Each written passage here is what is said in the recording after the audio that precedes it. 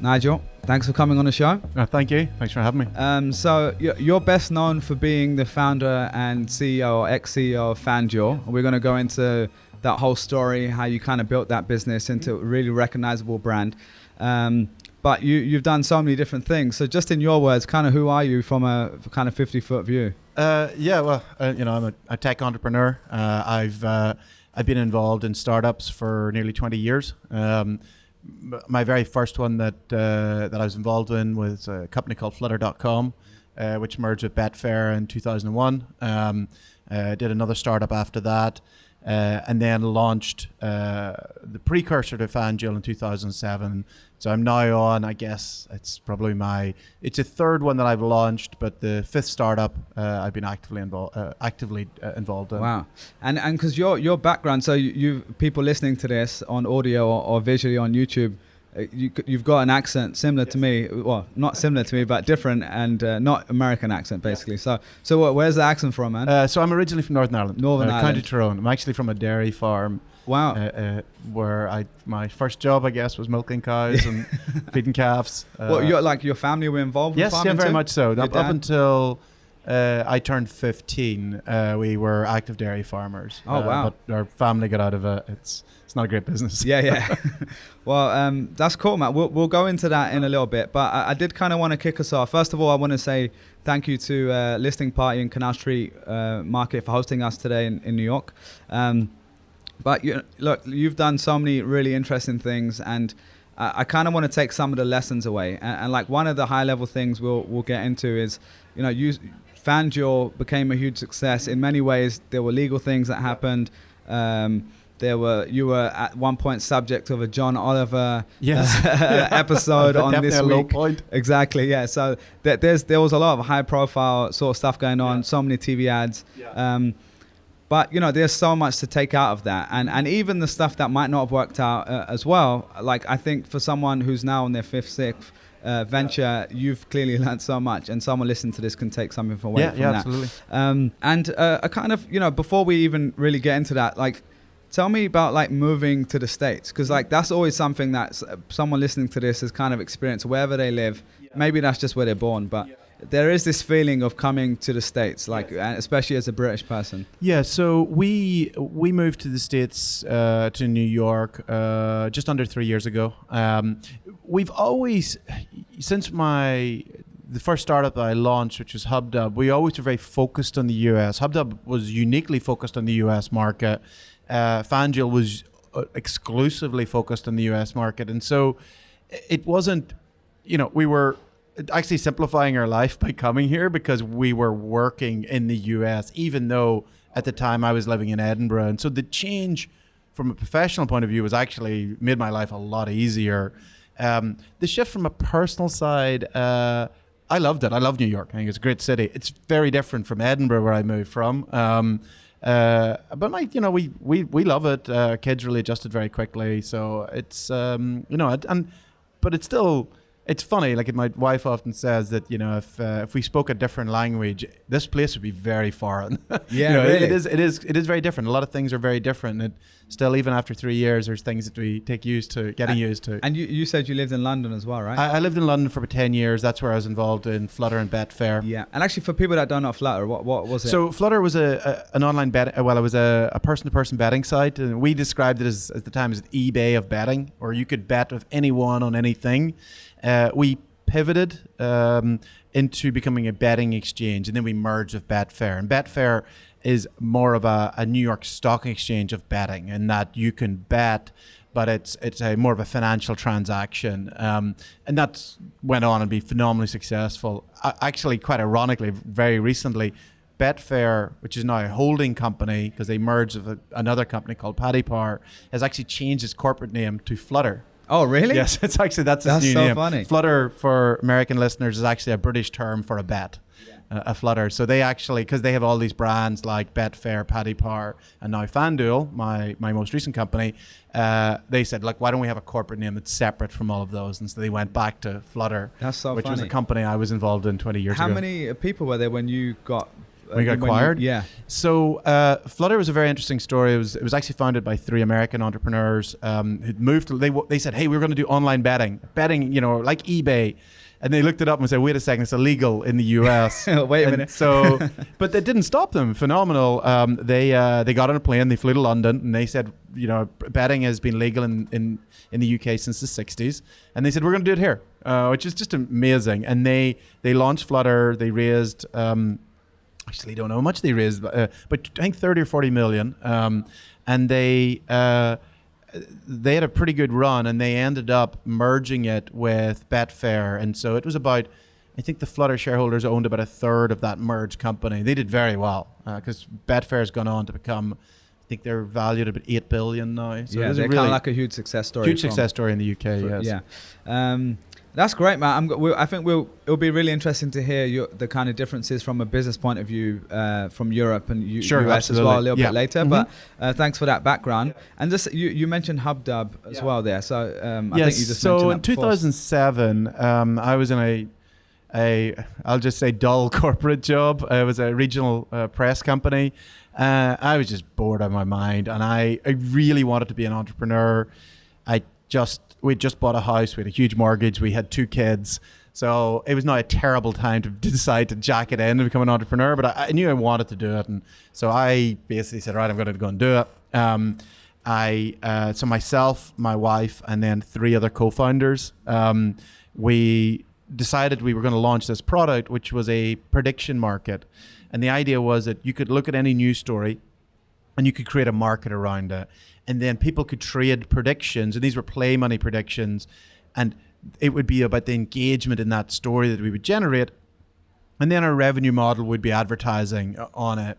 And so it was a really fun product, and we really built a very loyal and engaged user base. We were growing. It was really cool. And then 2 things happened. One was that the financial crisis happened. So we started in 2007, end of 2008, suddenly, like the day we pitched our Series A, Lehman Brothers went bust. Oh, so you can imagine, literally the same day. The same day. You can imagine That's you're crazy. sitting here, a bunch of venture capitalists sitting around, and they've got their Blackberries, because this is like 10 odd years ago. I had one then too. Their Blackberries out, and they're watching their portfolio melt down, and here I am at the front going, this is an amazing opportunity. Yeah, that's so bad. And so amazingly, we managed to close that. But that was the first problem, was that the real market had dried up, and we were like, we'd raised $1 million. We were like, this might be the last money we ever see. And then the second problem was online advertising was not a great business then. I'm not sure it's a great business now. Yeah, unless you're Google and unless Facebook. you're Google or Facebook. Yeah. And so we were like, we have this cool product. We know how to build fun, engaging products, engaging games. And this one is fun and engaging. It just, we don't know how to make money from it. And so we said, okay, we're gonna have to do something new. And that new thing was FanDuel. Okay. And just you mentioned like betting a few times and like Flutter and just you've clearly got an interest in this, or I don't know if it's just from a business point of view or even personally as well. Would you say like, could you play poker and stuff like that, or like have you ever been into any of those sorts of things? Yeah, so I've always been interested in it. So my degree, I went to St Andrews University. I studied pure mathematics. I obviously huge interest in probability theory. And so, like, I always had a sort of a fascination around gambling. I'm not a hardcore gambler by any means. Like my, once a year bet on the Grand National is pretty much the extent of my betting on horses. I'll go to the odd casino, but I'm not super hardcore. I've always been fascinated about it as a game, and I've also been fascinated about it as a business. And so that very early on when I saw Flutter, I looked at it and I said, wow, this is amazing, because even at the time people couldn't bet online. People, like betting for American audience has been legal in the UK since the 60s, and every high street, certainly then, had a bookmaker on it. You could walk in, you could place a bet. Like Ladbrokes or William Hill or Coral. And now you could do it online. You didn't need to go into bookmakers, and you could also do it on sports. So before, it was really more about horse racing. Here you could bet on your favorite soccer team. And And so that was a real innovation. But the thing that Flutter made really cool was, instead of you betting with the bookmaker, you were betting with another person. Yeah, like so you would do, like your friend at school says, exactly, Arsenal's going to win the league this year. Yeah, and you were like, no, I'm going to bet you, I'm going to take you on that. And it was just such a really cool concept, that you have all this kind of like excitement around, and it's not betting with his faceless bookmaker, it's betting with another person. And so that I got really involved in that in around 2000. And so I've been kind of in and out of that industry for nearly 20 years. Yeah. And just, you talked about like how many different companies you've started by this point. Like, what was the earliest sign of you being interested in that sort of stuff? Were you like that as a kid, or did it come later down the road? Yeah, I think I was kind of a late developer in that. My older brother actually was much more entrepreneurial than me. Like, he was the one that, he had a business from, I think he was about 15. Like, he was, selling logs, to buy logs, like lorry loads of logs, and then we would like split them up, and we would sell them around the houses. And I was kind of like first employee. I'm not sure if I was ever paid. So he was much more entrepreneurial. I was kind of later. I think I was kind of more sort of academic bent. Sort of thought for a while maybe that's where I wanted to go. Well, like as like a professor, or well, like a just researcher? I did a master's degree, and I was thinking, maybe I wanted, like, I started a PhD, and I was I wanted to do this. Maybe I go down an academic track because I thought it'd be really fascinating. And about a year into my PhD, A, I started to get bored, and B, I started to get really pissed off about having like no money. And I was like, this sucks. Like, I don't think I can do this for another like 2 or 3 years. And you studied like military something? Yes, I studied, my underdegree was pure mathematics, and my postgraduate degree was military operation research. So that's such a fascinating, I haven't actually met anyone who's done that. Yeah, I've never met anybody either who's ever done it. How did you pick that? Like, I was certainly interested in how you would apply mathematics in other forms that wasn't physics. Like, physics is obviously a huge application of mathematics. I was fascinated in how it was being applied in other regions, in like maybe like the social science, or how the military might be using it in sort of planning, like logistics, planning, operations. It seemed like a really interesting topic.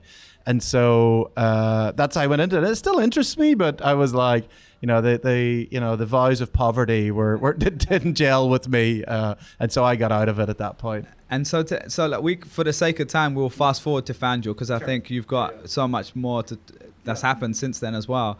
Otherwise, we'd be here for 5 hours. But so FanDuel, like, take me to that moment where FanDuel became a thing, because it seems like there was more of, it was like a pivot from it was very much before a pivot. People even used the word it was pivot. it was a pivot before pivots exist. In fact, I remember with our investors, they had invested in HubDub, they had invested in this prediction market, and we'd gone through, like, it was funny because they were a British fund, and so they did a lot of due diligence.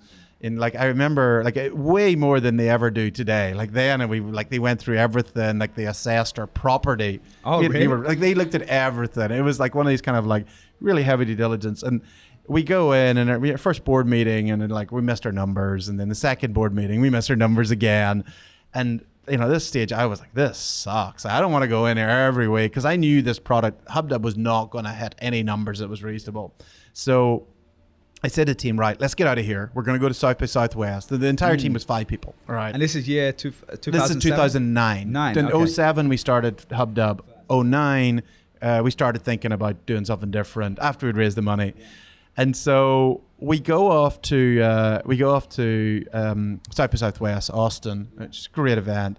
And we go to a couple of conferences. We get really inspired. We're like, we could do anything. Like, we've got great engineers, and we know how to build products.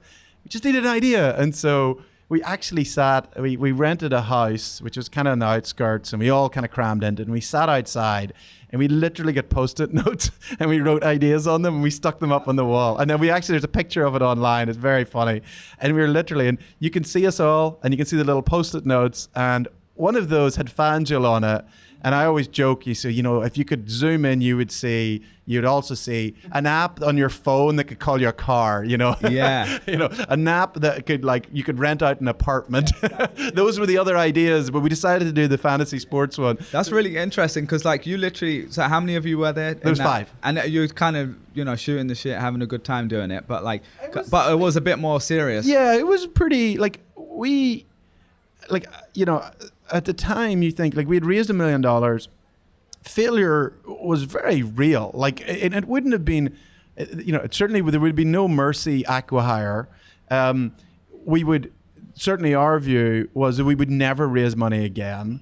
I would have to go and find a job that I hated. The other guys would have to go off and do something else. And so it was, like, it's fun because it was a fun group of guys, but we were like, we got to figure this shit out. Oh, so it was actually, it wasn't just like drinking beers. This was actually, I think you'd even see the photo, like there's a lot of kind of like people are like kind of frowning going, we're like, because we're panicking early, which I think is a good thing, right? We were like, because we could see, like a lot of people pivot, they've got 3 months left, let's pivot. We were like, we've got a year and maybe we had a year and a half money of runway, but we're like the plane's flying into the ground. Let's not kid ourselves. We're not like, we can maybe move and fix the plane a little bit, but the plane is going to hit the ground. And so we were very much like, okay, there's things that we can do.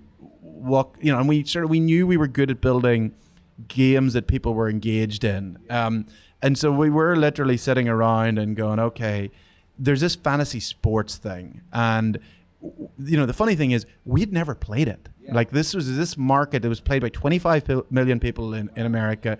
We'd never played it. We'd never even really followed US sports.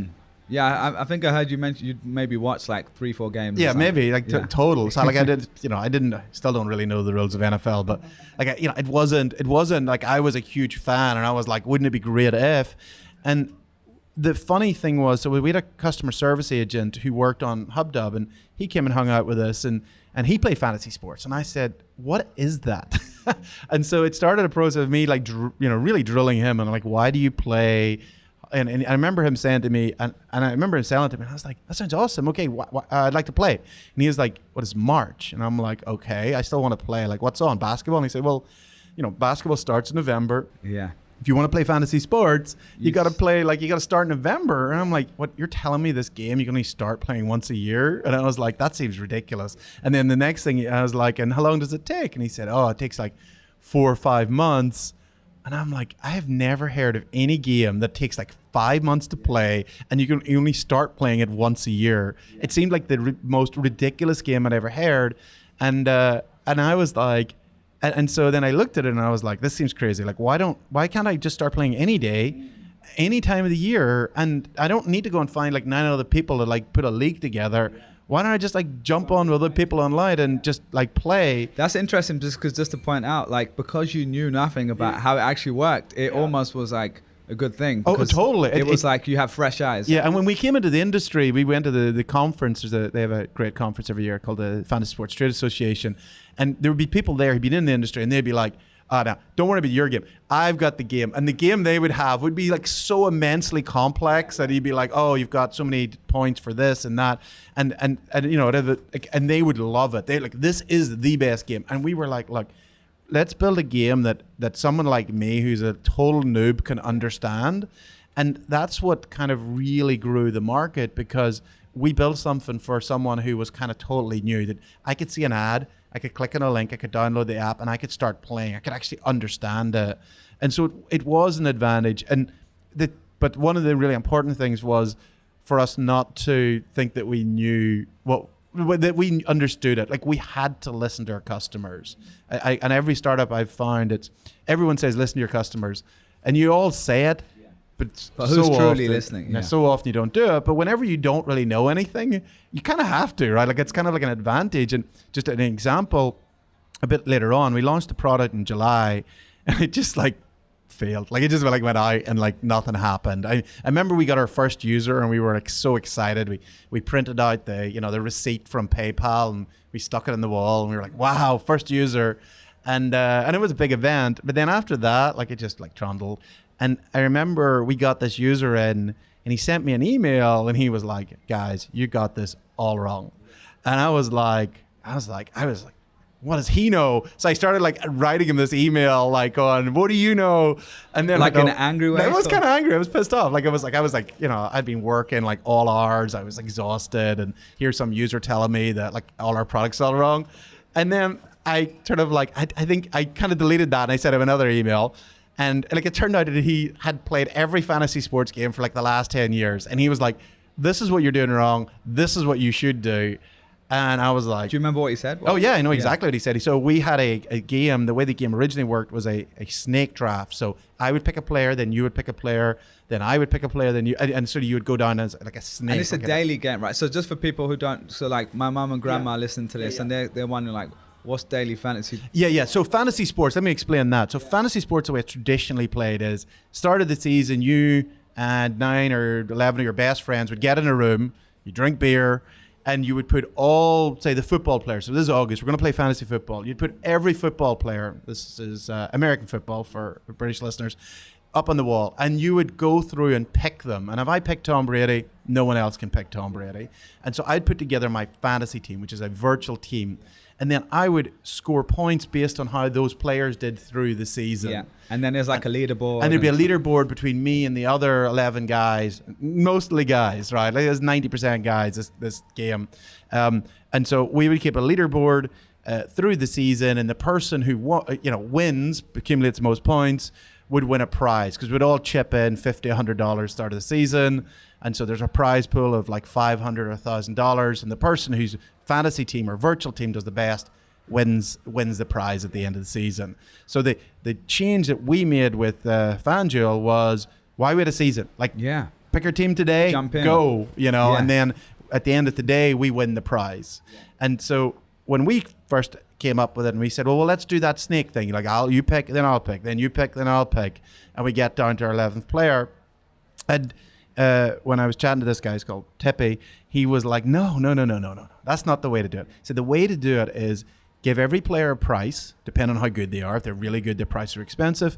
Give your players a budget, and then they can allocate their budget among players. So they can't just pick all the stars. They've got to pick some of the cheap ones. They've got to balance it out. They're balancing their budget. And I was like, yeah, I guess that kind of makes sense. That's called salary cap. Brain, that made sense to me. And it's kind of like, it's like stock picking. It's like, Brady might be the best quarterback, but is he worth that price? Because he good value. And so suddenly everyone's trying to work out where the value is. And I didn't understand that at the time, but this guy seemed very convincing. So I turned to our engineering team, and I'm like, they've got this guy on the line who tells me we should do this, and it's not working anyhow, so we may as well try that. He sounds like he knows what he's talking about. And so we did it, and it just went like that. Like, it just immediately, overnight, it was like... no one else was doing that at the time? Not really, no. Not like that. There was other people, there was lots of other hobbyists kind of like doing weird stuff, but we had kind of like sort of started to crack the code of what it should look like. That's crazy. I mean, I have a couple questions on that. I do want to come back to Tippy and like how you understand which customers to listen to versus not, because that's actually a bit of a challenge too, especially in the early stages when you're telling your idea to the whole world. But like you talked about ideas, and many people say ideas aren't worth that much. It's execution that counts, which I agree with generally. But of course, you'd still need a good idea. That take me back to that exercise where you guys are sitting around putting stuff up on the wall, because I think a lot of people listening to this are saying, look, they know they want to start a company one day, or maybe they're doing something now and they need to switch it up. Like, how?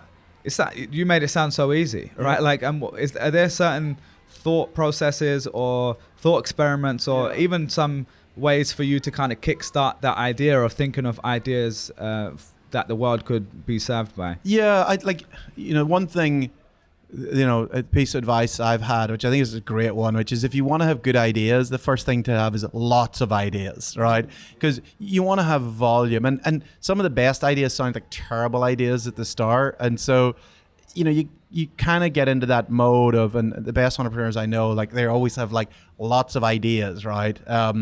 And you can never really execute on all of them, but it's always cool to like have like lots of ideas and talk about how they might work. So how do you get lots of ideas if we go into that? Is that just... I think it's like constantly always looking at markets and things that are developing, and, and looking from your experience in real life. Like, it's not looking at TechCrunch and going, oh, they're doing that. Why don't we do that, but a little bit like this? Uber for this. Uber for that. And I just think that turns it like just very generic and typically very bad businesses. It's one of the things why actually... older entrepreneurs are actually more likely to be successful because they have context in an area where younger entrepreneurs won't have it. And so like people tend to look towards like a Zuckerberg now, but he had context in an area that he was an expert in, like, which is like, well, maybe he was an expert, like he was like in a social environment, right? And networking in that college social environment. But like most startups are not like that. Most startups and they're anomalies normally. What's that? They're normally anomalies. Like when you look at Mark Zuckerberg and because Evan Spiegel from Snapchat. Like when I've looked at this as well, because like the research, the numbers essentially say most businesses, maybe not the billionaire dudes you've seen on TV, but like on average, if you look at 100%, the 80-20 rule says that most on average, I forgot the exact numbers, but like the average entrepreneur starts at like 35 or 40 years old. And that's because they've worked somewhere, they've got some understanding of an industry, and they normally start within that. And so they have that context, that industry, and they can see these issues in the industry. That's helpful. And they also have experience. They've experienced managing people. They've experienced selling to people. Those are all things that are advantageous. And so generally, like, those things do come from some form of experience and some sort of context. Certainly my experience at Betfair and Flutter and then BetDag was very helpful when I started FanDuel, because FanDuel is a game of skill, it's a contest, but it's still got real money. Not according to John Oliver. And that's we can go into that. But it had a lot of similarities with Betfair in the early years, so it was very helpful. But in terms of like generating lots of ideas, working with teams that are like other people who are idea generators, having like a culture of like ideas are good things, even bad ideas, and like it's something that I've consciously worked on. But when I see a bad idea, I just itch to shoot it down. I'm just like, and then I'm like, and sometimes people will come up and I work on myself to like stop myself from doing it. And I'm like, okay, what's interesting about that idea? Like inside my head, I'm like, still the head's going, it's a dumb idea. I can't believe that's what a dumb idea that is. And then you're like, okay, let's work with it and sort of see where that goes. That's great. Okay, that's helpful. And I think one thing I've always thought about is I write a bunch of ideas since I was like a kid, right? And I have like a Google Drive that if I type in idea, I've got a bunch of these, or Evernote. And what's actually an interesting exercise, if you start doing that regularly, there's two parts. One, there's a guy called James Altucher who has a great podcast as well, and he recommends like every day writing like 10 ideas of anything, like, and it's a skill. Like the more you're doing, the more stuff you get out, and that's interesting, even if they're crap ideas. But what I've found is when you look back at old ideas, when the context has changed, like you see it and you're like, oh, wait a minute, the world has changed. So I just give one example. At one point I was working on this thing that I still think has been a great idea. A couple of people worked on it. It was kind of the equivalent of, and I hate to use this term, but an Airbnb for food. So, but it was before even Airbnb existed. So, and I remember writing this down because my mum had read something in The Guardian about pop-up restaurants. She cooks amazing Pakistani food. And she's like, how do I get people to pay for my food at home? And I remember writing a checklist for her, and it was like 2007. And then many years later, I went back into that thing and I said, oh, wait a minute, there was no Airbnb. Facebook's a different beast. Like people are now, many years later, getting into cars with strangers, which is like the number one thing you were told as a kid, don't get in a car with a stranger. But now, because you see a star rating system and all these sorts of forms of validation and security, essentially, there was a whole new avenue of idea that went in my head. And I found just like having that reference point is always kind of cool to go back to. So that's really interesting. The second thing I was going to ask you on the ideas specifically, sorry to harp on about this, but I think it's something a lot of people struggle with, is once you've got, say, those 5 ideas you've written down, like how do you then start to really validate like which one is the one you want to pick? So, there's ideas and then there's markets, and they're not necessarily they're not the same. The idea maybe resides in a particular market. And what I found also, I thought fantasy sports was a really good market. And the reason I thought it had the potential to be a great market is probably a better way of describing it. And the reason I thought that was I saw a game. So at the time, 25 million people in America played fantasy sports. And where were they playing that? Sorry. They were playing on like Yahoo or ESPN. Okay. But and the money was handled offline. Right? It was kind of like PayPal to each other. 25 million people playing it. And as far as I could see, Yahoo and ESPN maybe made like 50 million a year in advertising revenue. That might be an exaggeration, but let's say 50 million. So I kind of did the work. And this is a game, just remember, people were playing for like several hours a day. Like the top people would be playing like several hours a day, certainly at least like 3 or 4 hours a week for like 5 months. It would be like so central. Like people have made, written books about it. Like there's been like movies about it. There's so many jokes about how important your fantasy sports is. And I was like, this is ridiculous. This is like less than $2 per player per year. I've never seen a product where people were so passionate and engaged. Okay. That's a and great then point. There was only and the operator's only making $2 a year. That doesn't make any sense to me. And so I thought, this is a great market. And so we were like, we want to operate in this market because we think that if we could build a product that is this engaging, we could make a lot more money from it. People would pay a lot more. So that was the thing. And then the idea of the product was necessarily was sort of vague because we didn't really know what we were doing, and we didn't have that expertise. But we sort of said, this is a good market. And we think this is a good idea as a product, but we had to be pretty open to, like, when a user comes back and says, that's a terrible idea, try this idea. We had to be open to say, let's try that. That's a great point. And we're going to come back to, I love that you just said about the $2. And like, that's where your idea on a piece of paper met your logic, and especially the I can tell just even talking to you over email and hearing your pitch about what you're doing now. Like there's a math brain clearly in there, but you don't have to be a genius math person to do this. That's kind of my point but the logic has to be applied. And I think what you've done there is say, okay, there's something people love. There's an existing size with an imperfect experience. That's right, yeah. And that's what you're now doing with your new startup. Absolutely. And then you found numbers to validate some sort of market. So they're making some money, but advertising isn't necessarily the number way to monetize something, especially that level of engagement, kind of like podcasting, which we're going to come to. So that's cool. I'm glad that we could touch on that. So so we won't go through the full story of FanDuel, but I do think, for people that aren't in the States or haven't heard too much about, like at one point you had crazy reach in terms of awareness of the brand was super high. I mean even now people know what it is, but just and from what I read somewhere, correct me if I'm wrong, but there was like 70% awareness of the brand or something. It's over 70 among the target demographic, young male sports fans. I think it's the last I say was something 85% brand awareness, which is for a product that did not exist 10 years ago. Like we absolutely burst through to become, among its users, sports fans. If you're not a sports fan, you may never have heard of it. But if you are in our target, then yes, you're almost certain you've to at least have heard of it, even if you're not using it. You know what it is. Yeah. So there's some lessons in there for scaling, and you raised, I think it was like over 300 or 400 over 300 million. 300 million. Oh no, sorry, over 300 million our last round, about 450 in total. Exactly. So a huge, this is $500 million. Quite a lot of money. A lot of money going through the bank, right? So, so what I kind of want to say is like, not everyone even gets to that stage, right? And that's Series E or something. Series E. We went down the alphabet. All right, exactly. So, what I think someone could take from that is like, okay, you validated the product, there's some sort of market, you've now worked on creating a better experience. There's a couple steps there is, how do you create a better experience, which we'll dig into in a second, and then secondly is scaling and doing customer acquisition. So first of all, you mentioned there your engineering team, right? A lot of people who are inexperienced will say, I need a technical co-founder, or I've got a bunch of friends at Google who are on the business side. One of my friends right now actually quit his job at a startup after being at Google for almost 7-8 years. He's just doing a coding boot camp himself, right? And that's great. I have a lot of respect for that. I think it's great for many people for many reasons.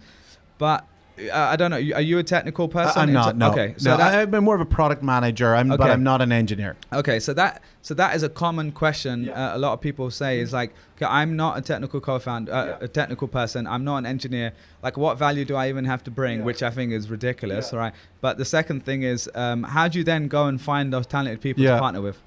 It's a really good question, and I get this question a lot. I advise a lot of entrepreneurs, and some of which are technical, some of which are not. The first thing to recognize is there's a huge imbalance in the market, and that there's a lot of people who are non-technical founders compared to a much smaller set of people that are engineer founders. And if you're an engineer founder, you're in a great position because you can build it and you can also sell it. And so that's the first thing. Is it imbalance? So to clarify, you said there's less engineering. There's less. Yeah, there's a. Do you know like the ratio? Is it like? I would 4%? like it's like I've seen in. You've seen in rooms like or like entrepreneur events where like, okay, here wants to find a company, everybody's hand goes up. Who here is an engineer? And it's maybe like 10%. So now it's so anecdotally from your experience. Yeah, like you're in a very, if you're a non-technical founder, you're in a very bad dating game, right? Yeah. You really got to bring something to the party. Yeah. And so how do you solve that? Well, one, you become an engineer, like you decide to devote time, and some people like Kevin Systrom is an example. He wasn't an engineer, but he founder of Instagram. Yeah, founder of Instagram. He became good enough to build like the first model of the product. That's definitely a way. Like an MVP. An MVP. Yeah. Another way is to find an engineer and that is going to co-found it, and there is the first opportunity for you to show your sales and hustle that you're going to need as an entrepreneur, and particularly as the non-technical co-founder, because if you've got a co-founder as an engineer, there's only two jobs here. There's one which is building it, and the other is selling it. Yeah. And if you can't build it, you've got to be amazing at selling it, and that's your job, right? Like you've got the odds are against you, but the people who are successful are the ones who can kind of go out there and find and convince somebody who's like, well, I've got these technical skills. What are you bringing? And what you're bringing is that ability to like raise money, to sell the product, to build the team. That's your brand. So that's the other real route to go. So and so for you in particular, like how did you meet your actual co-founders so or like the technical people? I was very fortunate. So my CMO, my head of marketing, I was married to. So that was I was fortunate much earlier in my life, and that I'd met her at university.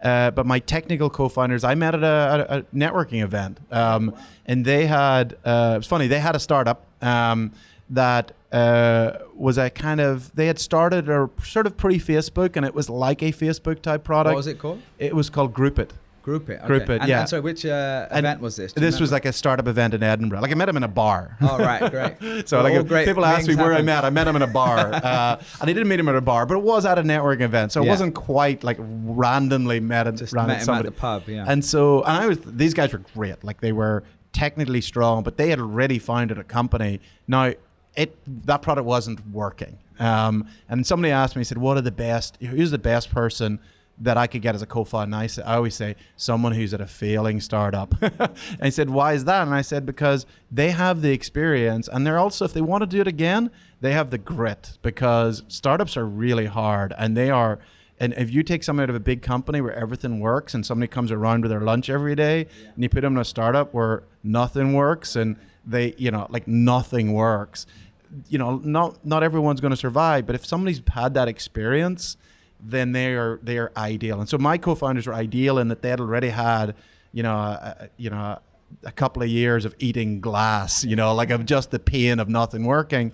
And so when we started HubDub, they were ready for another adventure, and they were proven, and they're also just like really technically gifted. Yeah. And so it just was a really great team. So you met them okay, that's great. So if you're listening to this and you're wondering where to meet someone, I think if you go on meetup.com, you go on like entrepreneur events, like there's so many. Absolutely. And that's the thing is, and when people say to me, oh, it's just really hard to find somebody, I'm like, welcome to being an entrepreneur. Like it's going to be harder than you could possibly imagine, but it's your first job as a non-tech entrepreneur is to go and is to sell. Like every day of the rest of your career, you're going to be selling, and the first person you need to sell and convince is someone who's going to come on that journey. I love the way you position it like that, because I think so many technical people I've even worked with often say the word sales or marketing, and they think of like the traditional marketing, in a big advertising room, or sales like a car salesman, and it's like selling just means you're convincing people. It's selling the vision, just like convincing that you are someone that they want to work with for the next 10 years of their life. Like that is that's a skill set that you need to develop as an entrepreneur. Talking about Ian Glass, nice transition here. But you talked about raising $400 million. It wasn't, I think once you've done Series A and B, maybe the bigger checks were coming in. But apparently, from what I've researched, at Series A and B, you got rejected a bunch. So like, could you tell me a little bit about that? Like, I think I remember reading something like you rejected 86 times. Yeah, I think it was our Series B. That is insane. Yeah, man. it was brutal. So the challenge we had was we had a product. We were a British company, a bunch of British guys. Like my company is kind of like, sounds like a joke, but we had one Irishman, me, my wife who was Scottish. We had Chris, who's our head of engineering, who's English, and then 2 Welshmen. And so we had walk in a bar, literally. walk into a bar and say, let's start a fantasy sports business. Yeah. And so it kind of looked ridiculous. We were this British company with an American product that some said was gambling, which is illegal at the time in the US. And so that's a tough sell. And it took us, like from 2008, sort of 2009, we raised our Series A. It took us probably 2 years to really get the product right, to really get it, like we had product market fit. And so fundraising for that Series B, which was in 2011, was brutal. Like it was, we just, like I was on the road from... We started, I think, in October of 2010, and we closed the round July, so like about 8 months later, July of the following year, and we pitched 86 VCs, and we got one term sheet. I mean, so just because that sounds like, this classic story, you get rejected and it's brutal, but now you're doing great. But like, take me back to that moment, because just for me, like I was saying to you before this, like it was my birthday this weekend, and I was super late, and I didn't really organize anything properly. And I texted a few friends. I don't expect them to reply to me on the day, but for me, even just as like a normal person on my birthday, texting a few friends, like after a while, if you do that 86 times, just a birthday text, let alone something you've given up your life for, you're going into your savings, you might be going into debt. Like that's really tough mentally, right? And like, how did you deal with that? Because I feel like this is something people don't always talk about, and it's like and not to get too cheesy about it, but it's like a real thing of like the stress that you take on at that level, and also just kind of like the negative self-talk. Like how do you deal with, okay, the 85th guy or girl says to you, this is stupid, we're not doing it. Like how do you then say, like, what? Wait a minute, are they seeing something I'm not? Like am I being really stupid, like trying to do this thing? You have to be like, you have to really believe in what you're doing and what you're selling. You really you can't fake that, and you just have to. That's the first thing. And if you don't really believe in it, you're never going to sell it. The other, and investors, you hear like some stats that they'll invest in like 1% of the companies that so it's kind of stacked against you. I advise lots of entrepreneurs now, and the first thing I tell them, and even like these are ones like some of them are amazing products and they're amazing entrepreneurs, and I'm like, okay, who are the 40 investors you're going to talk to? And they're like, what? Like I just thought I would pick like the top 5 because I have read their blogs and they'll love seem this. Like nice guys, And I'm like, okay, I'll tell you what's going to happen. You're going to go into those 5, and like the first one, the guy's going to be late and he was on another meeting and it's not going to be a great meeting, and you're like, oh my god, okay, that one's out. And then the next one, they're like, we love this, but we've just invested in this other company and it kind of a little, and then the next one's going to be, I love this, but my partner doesn't really. And so like you get through your 5 and then you're going to get to the end of it and you're like, oh my God, my top 5 just like, so I'm always like, okay, I want to see a list of at least 40 people that you're going to pitch, because the secret, like they might invest in 1%, but there's over 100 people you could be pitching in an early stage. And there's only, like there's a handful of companies I've advised, or like, I'm like, you're going to get money from, you only need to talk to 10, right? But that's because it's so specific, and it's like focus. Like it's more like I just know that they're really hot, but like there's no reason not to talk to that many. Like there really is no, and you should do it. You should try and do it as quick as and concentrate it. But like you should start with a long list. For me, at that point, like I wasn't really aware of that. Like I kind of thought our Series A took about 15 or 20, and so I kind of thought that was normal. Wait, 15 or 20 people. Like that was what we talked to, and I kind of thought that was normal. Going to 86, in retrospect, I actually don't think it's crazy. There's like if you're a consumer internet startup in the US today, you could pitch 200 investors really without totally, saturating the market. And if you're not, and you're complaining, oh, I just can't raise money, and I'm like, well, you need to talk to more investors. Yeah. So I think that's the thing, is like the expectation, if you're going to have like 5 or 10 discussions and you're going to raise money, is the first thing I think people get wrong. You need to recognize that this is going to be a long journey of talking to lots of investors. That makes sense. And what about like now in 2019, there's a lot more talk around people trying to bootstrap. I mean, maybe there was this 10 years ago as well, but as someone who's seen the good and bad side of this, right? Like there are, from my perspective and my limited understanding of this, is that there are some ideas you need to get investment for, because there's like a winner takes all market. You need to be the Uber, you need to be the Airbnb. But how do you think about that? Yeah, so it absolutely depends on what you want to do. Yeah. And the market that you're trying to compete in. If you want to build, and it's not even like people say, oh, if you want to build a lifestyle business, which I think is downright insulting to people who bootstrap, like, because bootstrapping is just as hard, if not harder, than raising venture. If you're in a business, it's like maybe a SaaS business where you can get paid up front and you can grow the business that way. Based on the cash flow. Based on the cash flow.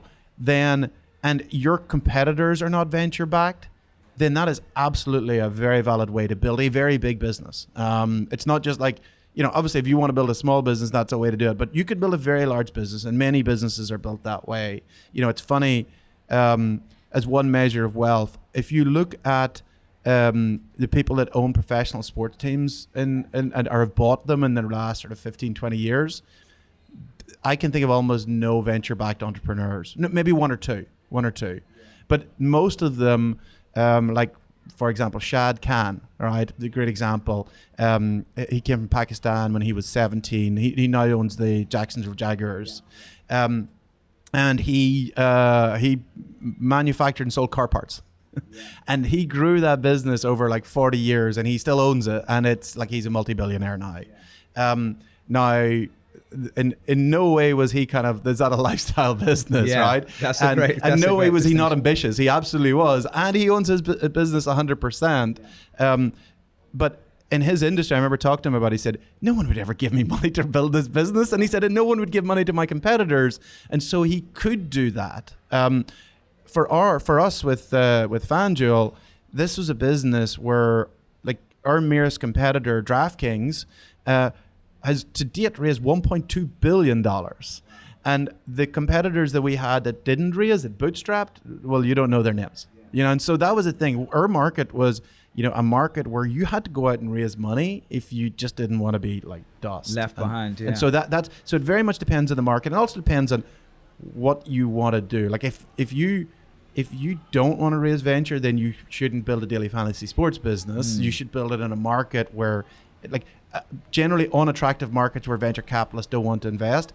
Good place to build a business based on bootstrap. Can you think of some examples that come top of mind? There's some, like, some content businesses are great. Like Joe Rogan didn't raise any venture, and he's doing okay. He seems like he's doing great. Ninja didn't raise any venture, and he's doing pretty good. And so those sort of content businesses, those are like, and they're great businesses, right? And he can go and take that and he could extend if that's what he wants to do. So it's horses for courses. And there's by no means do I view one harder than the other. I think that it all depends on the goal. It depends on the goal. Right. and That's great, man. So to switch gears a little bit, thanks. That was really helpful, by the way. So switching gears a little bit to this growth phase, right? So you've raised 400 million plus, right?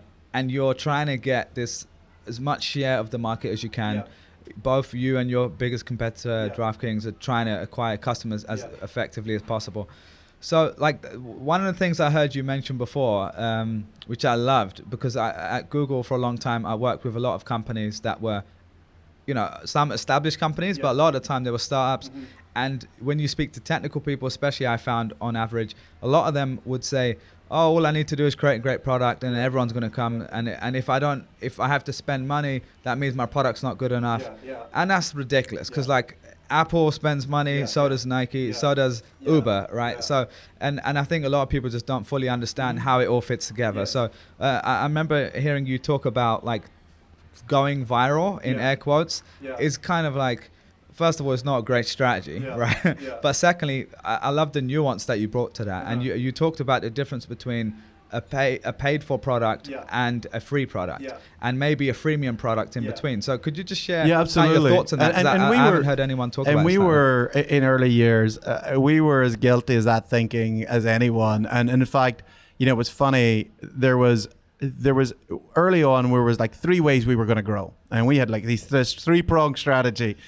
Strategy number 1 was we were going to grow virally. And so Tom, I had a product, was like, I'm going to make it work.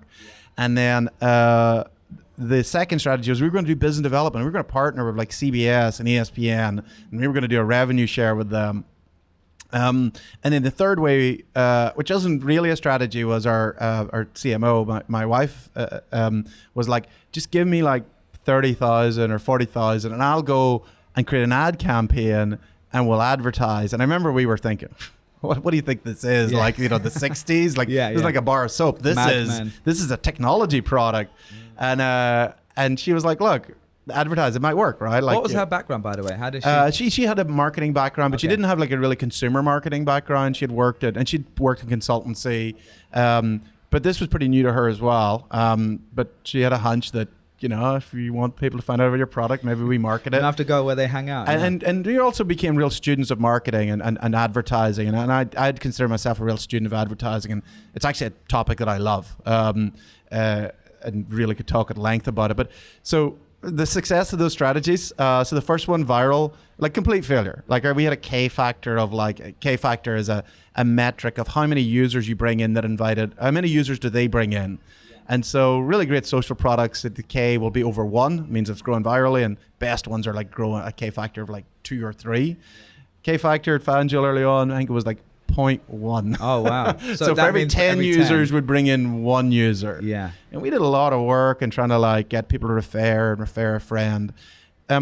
What we've discovered in retrospect is that paid products don't grow virally. They just don't. And the reason is, and also paid products in a vertical. So fantasy sports is a vertical.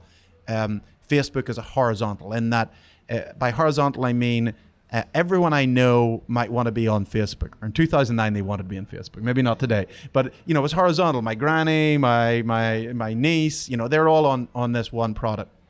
Fantasy sports, well, my guy friends who are into sports might be on it. That's vertical. And what does the difference means? Well, it means that instead of me knowing 100 people or 150 people who want to be on this product, I know maybe like 10, right? So that's a problem. The next problem then is, okay, of those 10, how many are going to pay for it? And so maybe of those 10, maybe only like 1, and even 1 who might, but even then, is he really willing to pay for it now? And so paid products in verticals don't grow virally. We didn't understand that. We kind of learned that the hard way. So that was a bust. And then the second strategy was, let's do business development. Business development in startups, the whole like, you give us traffic and we'll give you revenue as a startup to a big company is probably one of the most disastrous user acquisition strategies I think any startup has ever tried. Almost never works. The big company generally doesn't want to do the deal. And even if they do, they're not as good at selling your product as you are. And so if I kind of went back, I would probably, you know, that would be one of the things that I'd be like, don't do that. Yeah. And just to clarify, because business development is one of those terms that gets used for so many things. So yeah, like if you're selling, like great. Strategic, but it's strategic. Or? Oh yeah, if it's got strategic on it, just shoot it, right? Like you will save yourself time and energy because you're saying strategic because it doesn't make any sense otherwise, right?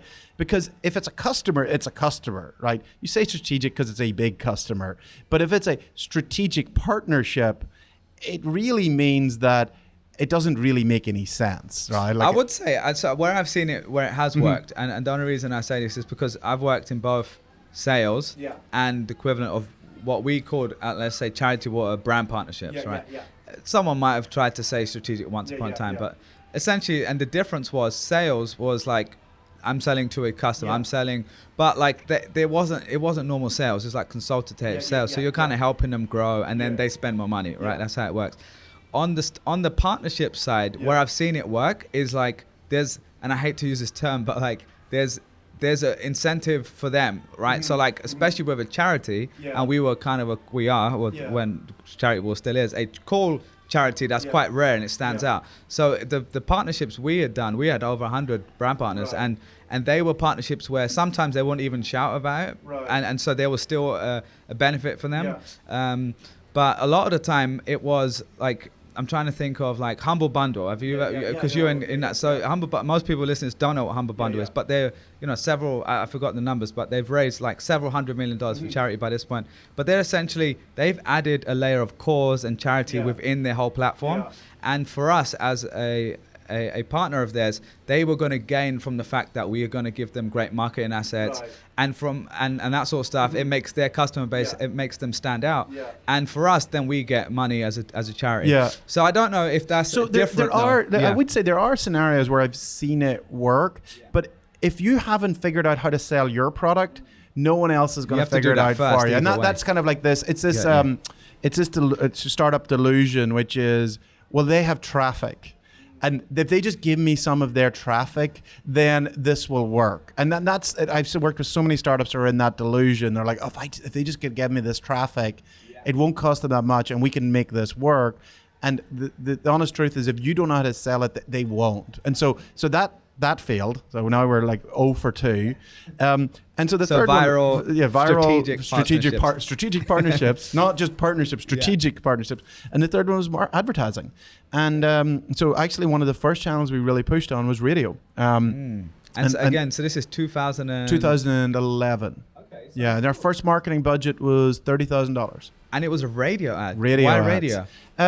Radio is really interesting, particularly in the US. You can do endorsed ads, so you can have the presenter actually endorse the product. Sounds familiar. And you know this one. And so it was kind of, podcasts were there, but they were still very small at the time. And so it was really more sort of talk radio. So the great thing about us, we were a sports product, and people didn't understand it. And so radio is great because people actually can hear it. The presenter can explain it.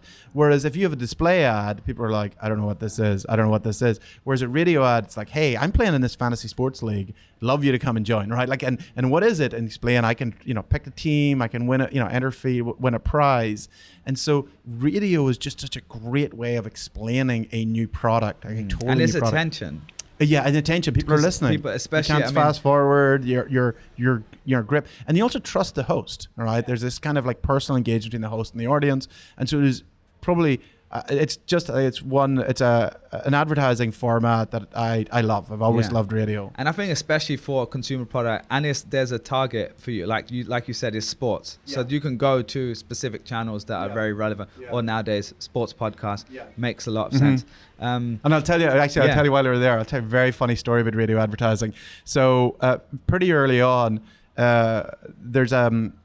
we had a radio ad, and it had a kind of catchy start. The ad, and it was a produced ad, so it was actually in the ad break, and it started with like, "Hey, you're back."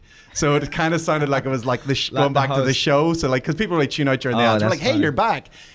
But the funny thing was, Deadspin, which is a pretty big sports site, picked up that the ad sounded like Jim Rome, who's a very big name in sports radio here, and they were like, "Hey, FanDuel's using Jim Rome's an impersonator to sound like Jim Rome," and we thought this was hilarious, right? Because the first thing we had to do is we had to Google who the hell Jim Rome was, because we didn't listen to like sports radio, and so we were like, "Oh, he's Jim Rome, he's a big name," but whatever. Like, we kind of laughed it off. Next thing, we get a letter from Jim Rome's lawyers going, cease and desist. And I remember the very last line of it saying, "Proceed at your peril." Wow. So we were like, this is ridiculous. Last week we didn't even know who he was. I wish we did. And it was very funny because our lawyers got on to him and said, like, we don't even know who this guy, we don't even, like, we now know who you are, and we'll change the voice, but like, and it was fine. It went away.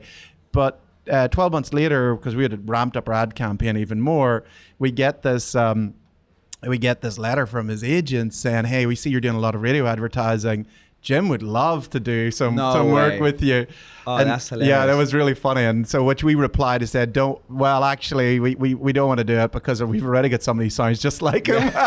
That's hilarious. But we did use him in the end. Oh, wow. Yeah. That's so funny. So, well, you talked about radio working for you, and I think the key thing there is really about like there's an element of storytelling, and one thing. So I've worked with by this point hundreds of companies on their marketing, and one of the common thing that I find, and I've probably fallen for it as well, is like people will say, well, what's this? I've only got this amount of budget. What's the one thing I need to do? I had a call last week, and the guy was like, look, I think I've maxed out what I can do on Facebook. What's the thing I'm not doing? There's a magic bullet. And in this case, the magic bullet initially was radio, right? For you, it was certainly. But you had to scale it. So we started with the customer. We were so we knew this is a fantasy sports game. It's played by young male sports fans, 95% male. They're young. They and they probably already play fantasy sports. So we started off there and say, where did they hang out, right? And so actually, I think the very first advertising we did was in fantasy sports magazines, because we were like, if you're buying this magazine, then you're definitely a target customer. But $5,000 kind of, that was our done. We'd bought all the magazines. And then we did some PPC, but Google Ads. Google Ads. Search ads. It was more Google Ads. But if people aren't searching for it, then there's not much demand. Okay. And so it was really radio that then helped us create demand, because radio is not people are not looking for it. It's just happened to be in that radio show. And so it was really radio, and then laterally TV that helped create the demand, because it actually showcased the product. And then it helped us drive growth. But with radio, the great thing was, we're a sports product. Well, okay, we're in a sports show. Anyone who's listening to that sports show is a sports fan. And so, again, is a target customer. That's it.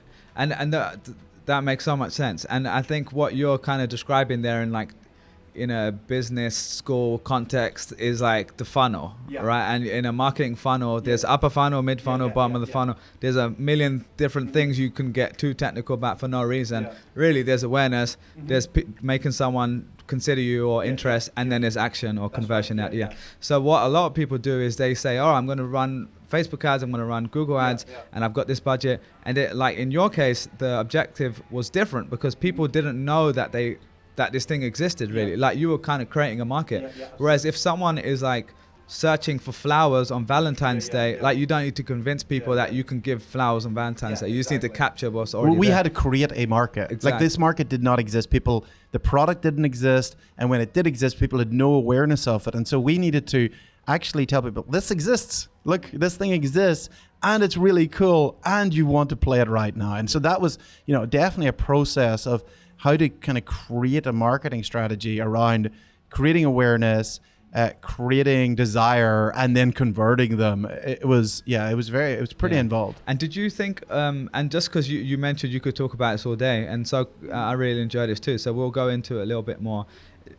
Tell me about how you guys took it from, that 30K initial campaign to then thinking about, sorry to use these terms, but it's the right term to use, is cross channel strategy, right? How did you think about them working together, and then how did you kind of work out radio needs to play this part, and then search needs to play this part? So the thing to remember, yes, we did raise 450 million, but it was always a stage. The first round was 1 million, then 4, then 12, then 70, then 250, 300. So what we did is we built a machine. And our marketing team was core to that machine, and their job was to, every year we would set a budget, and we would then say, and you have this budget, and you need to get a $50 cost per acquisition. And so when we get to the end of the season, we want you to spend that money and have spent no more than $50 per new user. Lifetime value of a user was in the hundreds of dollars, and so it was a nice return. And so, and the way we would figure out the budget is we would look at what we spent the year before, and we'd say, right, we want to grow 3 to 5x. So we need to spend 3 to 5x what we did last year in order to get that growth rate. And so and that would be the top down way we'd get the budget. And the bottom up was we would get our channel experts and going, we spent this much on radio last year. I think if we can get this and this and this presenter, and I think if we can, get onto these channels and maybe widen our window of when we're advertising a bit more, we can spend 3x. And then, sometimes at the scale we were like, okay, we're tapping out of radio, right? where do we go next? And what was the indicator that you're tapping out? So there's a thing that you look at, which is your kind of marginal acquisition cost. So $50 is our cost per acquisition, but what you do is you look at the cost per acquisition of every user in that, and it kind of like follows this. So it starts at like maybe $5. We had a DJ in Florida who was like acquiring users for like less than $5 for us. Like it was like, he was like phenomenal. We were like, buy everything that he's doing. He was just like great at selling it. And so you look at this marginal, and what you see is like it goes like this, and then it just and goes just like, for people listening, because some people on YouTube, and I'm drawing a line that starts at $5, goes up to about $50, and then at some point goes to like 2,000, right? Because it never like goes up. Like at some point it just like goes, okay, and so you're trying to go, okay, how do I move that line out to the right, that kind of that inflection point? How do I move out to the right so I can spend more? But you sort of get a feel of like, we're running out of good inventory. We need to scale on other media. And it's like the kind of the role there is like the role of diminishing returns, right? Yeah. Like for every dollar you put in, you're not actually getting the gain. So like you get a point where like, okay, we shouldn't be spending more on this channel because those users are uneconomic. And we need to find other channels. We need to find other ways to get to them. And another thing that stood out to me is you said that you maintained a $50 cost per acquisition. So from about 2011 through till, no, it'd gone up fairly significant in 2015, but for 4 years we increased our spend 3 to 5x every year, and we still had a $50 CPA. Okay. And just because in simplistic terms, you're basically just looking at, I guess the question is like measuring that, right? In simplistic terms, I spent, to make it easy, $100 today, and I acquired 2 customers. That's right. So you got $50 that's each. Right. You scaled it up to millions of dollars. And then next year you spend $500 and you acquire 10 customers. Exactly. That's exactly what we were doing. But you're basically just looking across channel, right? So you just all the money we spent versus all the money, all the users we got in.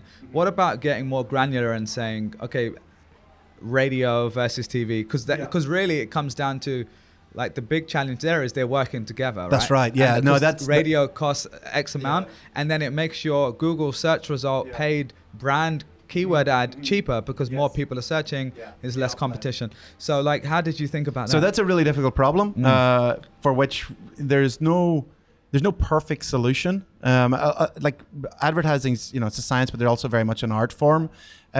What we, and the funny thing is, like, problem when you run a large marketing team with a large budget, you'll go, okay, affiliates, tell me how many users you acquired, and then digital, tell me how many you acquired, TV, how many did you acquire? And you'll add up the numbers, and you've seen this, and you get like, 3 times the number of users you acquired, because everybody wants the attribution for a user, and most users go through, like, they saw an ad on TV, then they heard something on radio, and then they clicked an affiliate link. Who gets that user? What we really figured out was there are products that do multi-touch attribution. None of them I was ever super impressed with. What we did instead is we had a per channel acquisition cost, and then we ascribed uplift. And we said, okay, TV might be, say, $200, but actually we figured out that the direct attribution was only attributing half of the value to it. And so we were like, okay, 200 is acceptable on a direct basis for TV because we know that we're getting another, and so the CP is actually 100, and there's also a benefit on these other channels. So because if anyone's listening to this and you want to try to do this yourself, like in Google Analytics, which most people have, there's a metric in there called assist conversions, which is essentially, which is harder to do for TV and stuff. But if you're spending money on display, Facebook, Google search, SEO, meaning you're paying someone to do SEO, like the best thing I would recommend there is to go into that report, and you're basically going to see exactly what you're talking about, which is, was only introduced like a few years ago. But to do this offline is so much harder. Right? Like we... and it's the other thing is having year-on-year data, and so we were like, look, last year worked. How does this translate to this year, losing last year's data? And so that's a thing. And every year you're testing, adjusting as you scale. They're definitely. I'd say one thing I will say is the tools today are dramatically better than the tools, 10 years ago when we started. I remember building cohort analysis, which at the time everyone was like, wow, you had to do VLOOKUPs and pivot tables in order to generate this cohort analysis. And now you just go into Firebase and Google and go, okay, show me the cohort analysis. Yeah. It's there. It's done for you. Yeah. And there's even the attribution modeling tools, even in Google Analytics. There's other ones I've used in the past, like Castora, I think is Convertro is one. And essentially, you can say, one of the first things I normally look at is how many clicks to a conversion, right? To say, you just mentioned the multi-touch point there, someone went to TV, someone went to radio, then they went on affiliate, exposing that data. Because the big problem here is most people, they get sent a report each week and it gets sent up to the CMO or whoever, and they basically get a line by line number of conversions, revenue generated, and the term here is last click conversion, right? So that's the big issue. If there are 5 clicks, that's the issue, because you're only giving value to the last click. Yeah, you give value, and then what I've seen, and I've worked with a lot of the companies, and I see it, they kind of fly blind, and they're like, well, this one created awareness, and we saw these conversions here, and you'll see 2 things that happen. One thing is that the one that created awareness will then start to take credit for the conversions elsewhere, even though there's no correlation. And I used to always joke. We always joke. I said, "What's a brand campaign?" And we said it's a failed acquisition campaign, right? Because everyone's had it. They ran the ad campaign, and they're like, "Hey, when's the campaign starting?" And they're like, "Oh, we've run it, right?" And you're like, "Oh, okay," because you've seen no users, and you're like, "Okay, we generated a lot of awareness. People are really aware now." And it's that's a big joke at the end. But even when we were, so I would work on a client and I would speak to, let's say, the digital marketing team that does Google AdWords or Facebook ads, or the direct response is called. And then you'd go and talk to the brand team, and that was the best, because even as a strategy for the Google sales team, we were saying, okay, the advertising market is $600-700 billion, right, or whatever the number is now. 78% of that is spent on brand, right, and TV and all these things, which makes sense. Absolutely. It has value. It's top of funnel, great awareness, great intent. And Google has that, or Facebook has that, right, with YouTube and all these sorts of things. But people would always see us as oh, that's the Google search team. So you speak to our search people, and that's it. And then as you'd start to talk to the brand team, you could start saying, okay, well, that's happening on its own in this silo. But we need to create the equivalent of the radio ad today, or we need to create the equivalent of a TV ad in 2019 on YouTube or Facebook. The funny thing about, it's one of the big mistakes that I see a lot of startups make, in that, like us, are marketing, they're spending money on advertising, is they see what large companies do and they think, oh, we do that, and they create a brand ad. And I'm like, there is no quicker way to waste money than to create a brand ad as a startup, because you need your advertising to sell. You need it.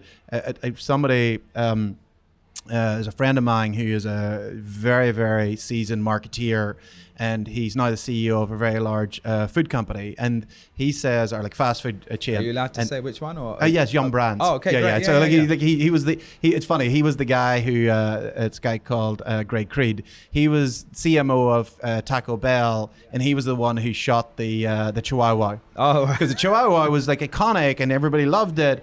And he said, but it didn't sell food. And so people loved it. And he said, his view is, he's always told me, he said, sales overnight, brand over time. And as a startup, you cannot wait for your brand to build. You have to make it work. Your advertising has to sell immediately. You have to understand brand, because you can't have it damaging your brand. Your advertising has to build the brand around the company. But if your ads don't sell, you're going to be out of business before people go, oh, you got a cool brand, I might check it out.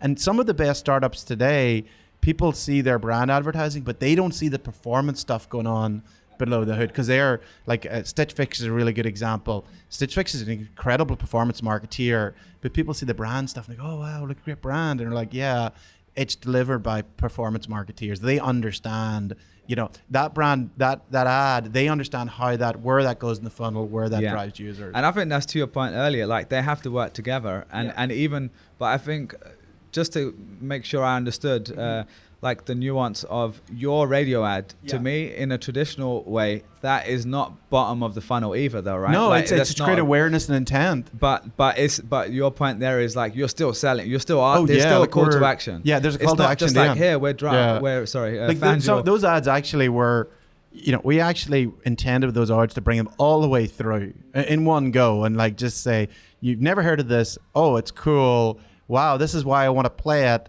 And this is why you want to go now, because there's a deposit offer, there's a promotion that drags you through. So those offers were, those ads were very much, I want to give you awareness of it now, and I want you to give you a reason to come and play right away. That's it. Great, man. That's super helpful. And hopefully, I think we could probably riff on that for another 2 hours. So for the sake of time, I did just to wrap that up with a nice little bow. I'd love to take all your learnings there and say, well, if you were doing this again in 2019 or 2020, right, looking ahead, how would you do it differently? Because not just from the experience of running radio and TV, but like the tools today and tomorrow are slightly different, not just from the measurement side, but like, for example, I'd use is like like I spoke to someone who built a $60 million fashion business in Australia recently on the show, and she built it on Facebook, right? Like it was a big part of it. But like she basically said, well, you can't do what I did in 2010 because the organic reach on Facebook is different now. So I need to do it differently. So like just knowing from your perspective, like how things have changed, how would you approach it differently today? So I think from a philosophical point of view or principle, I actually don't think we would change anything. Like because like the point as a marketeer, like, so like as the CEO of a company that's going to grow through paid acquisition, your job is to build the machine. Like it's not to build them, it's not to market. And I love marketing, I love advertising, but my job is to find brilliant marketeers and potentially, and look, I'm hiring to a startup that a lot of people don't want to work in and people have not heard of. And so they're going to be brilliant in some ways and maybe like terrible in others. Like they may be the sort of people that don't fit in a big company because, they're just not very good at that stuff. Maybe they're awkward to work with, but they're just brilliant. You're going to have to, your job is to find this sort of team and gel it together and get them really focused on the metrics and what you're trying to achieve. Their job then, if in a channel, and you've got to identify the channels that are going to work for you, and maybe it's affiliates, maybe it's Instagram, maybe it's Facebook, and so you're finding the real experts in that channel. Who's the amazing expert? The other thing is you have to find new channels, and because what happens very classically in marketing is, Instagram took off. We were one of the very first Instagram marketers. And it was kind of the Wild West. Like you could get someone could endorse you. I remember... no hashtag ads. There were no hashtag ads. I remember Chad Ochocinco, who was a football player going back a bit. And he was like, I can do this on Instagram. And we were like, what? Really? And you're like, yeah. And so like, he was an innovator. And we were like, let's go. So, we worked with all of these different channels. And when a channel is fresh, it is super efficient. And what happens is it's super efficient. And then people started aware of it, and then it gets flooded out. For a while, Snapchat was that channel. It's now saturated. In fact, some people are saying that direct mail, which became really unfashionable, has actually started to become, actually starting to work again. Like we were talking earlier, like LinkedIn marketing now, people are saying is actually, I don't want to give the game away, but it's actually a really good platform now. So you kind of need to find like, what are those good channels that are going to work for you that are maybe somewhat untapped? If you just rock up and say, I'm just going to buy an ad on Google and it's not working, well, that's that's on you. And then you need to find the people who kind of really understand those channels and are really, people who generate ideas, they're innovative, they want to try new things, and you need to gel that team together, focused on metrics, on a kind of the shared vision of where you want to go, and then you just go. That's great. And a slightly tactical question, but I think is quite useful to ask, is about budgeting, right? Like such a boring word that might put someone to sleep, but it's like really important, especially with a marketing budget. So like, how did you think about splitting up the different channels? Did you have a test budget? Did you have one that this is working the best for us? Is that North Star? Like we did have a test budget. It was very funny. It was like the test budget was what we did at the end of the season with all the things that didn't work. Oh, okay. Because then we went to the board and say, our cost per acquisition was like actually $40.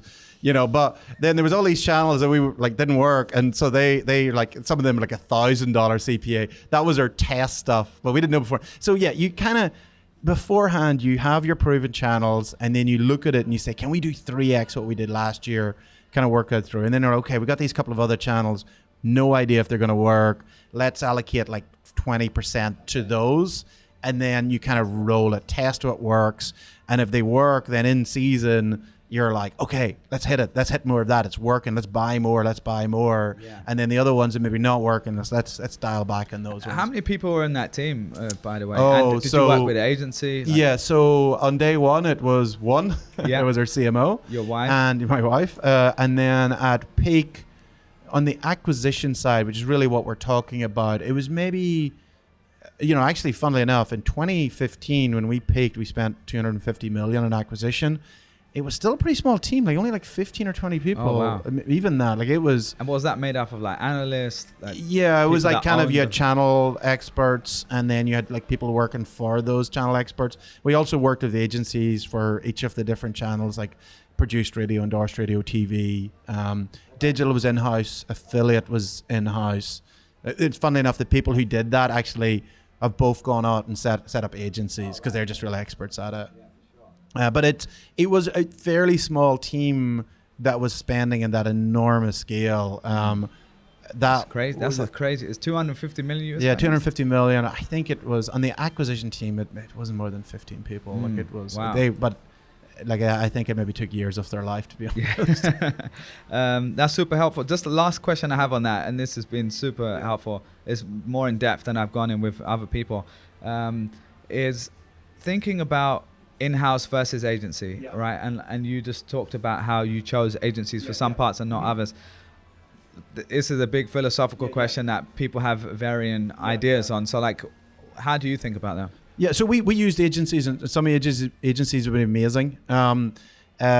We also like there's a lot of BS in marketing, and so the other thing is we use consultants, but we had a very high burden rate of consultants. I remember we used to have this joke that we hire a consultant, and like 4 weeks later we'd be a line through the name and we'd be on to the next consultant. We learned a bit, but you kind of started to like build the expertise internally. So the first thing I'd say about using agencies is you cannot outsource the expertise about analytics, about focus, about understanding what you're trying to do. That cannot be given to the agency. It's a core competency. It needs to sit in the company. But what you can go to an agency, and what they're really good at, is their ability to buy media, their ability to work with multiple partners, at scale. And that's where, but that agency is someone you work hand in glove with. And so the agencies that we worked with, these are agencies that I will work with forever. Like, because I know they know what they're doing, and I know whenever, the chips were down, they just gave it all in order to be successful. Yeah. That's super helpful, man. To switch gears a little bit, I know we've got a bunch to talk about in your current company, but to wrap up the FanDuel, I know there's been some stuff we can't talk about. All of it is some legal stuff, but so share what you can here. Sure. But I'm just gonna share. There was if people listen to this and heard about FanDuel, they're gonna know about this. They're gonna want me to ask about it. So like the company eventually got sold. Yes. I don't think you were there when that happened. But it got sold for, I think, $465 million. When someone hears that and you're the founder, you assume you made a bunch of money from that. And this has been reported, so I'm not breaking the news here.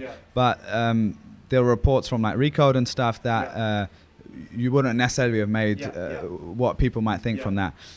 So again, being sensitive to legal stuff here, like, can we, what I want to really take from that is not even just the gossipy story about what happened, but more so, like, how can someone learn from that experience to say, like, there's all these terms like preferred stock and waterfalls and all these things I don't fully understand. So if you said to someone, you could sell a company for that amount of money, but that doesn't mean you even made much from it. Like, why does that even happen in the first place? Yeah, sure. So I'll give the broad context. So FanDuel, in effect, merged with Betfair's US arm, and it was a paper-for-paper transaction. So it wasn't even the sort of numbers. That was that's not that anyone saw that cash. So no one. So it was paper. When you exchange one piece of paper for another piece of paper. But I'll not go into that. I'll go into detail on what happens when you raise money from an investor. So whenever you raise, you have different classes of shares, and this is normal. This is totally normal. And that investor puts money in, and they typically have a preference share. And what they're trying to protect is, so say for example, you're a company and you raise, say you raise 5 million, and this is maybe a bit further on. This might be your Series A or Series B. And you raise 5 million on 20 pre.